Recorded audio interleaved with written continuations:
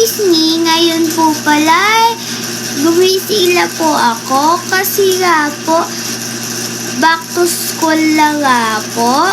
Yan po, nag-uulat pa nga po ako at nagtatanggal ng buta. Napapasigaw pa nga po ang kapatid ko at binidyo na nga po ni Mami. Yan, kumakain na po ako. Yan po, kain lang kain. Yan po, pinusod na ako ni Mami.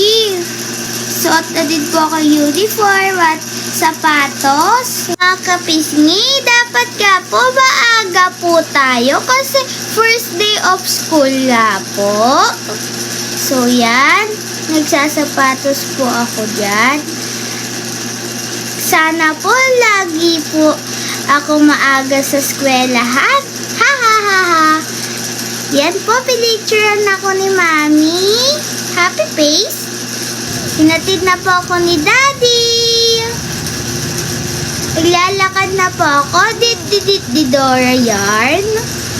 So, kanta nga po tayo. Dit Dora. Umakit na nga po ako kasi sa taas nga po yung room ko. Grade 4 na nga po pala ako. Kapisngi, malapit na nga po pala ako sa room ko. Makikita ko na po yung classmate at teacher ko. Excited na po ako. Ala, nakita ko na sila. Kayo mga kapisngi, kamusta yung first day of school nyo?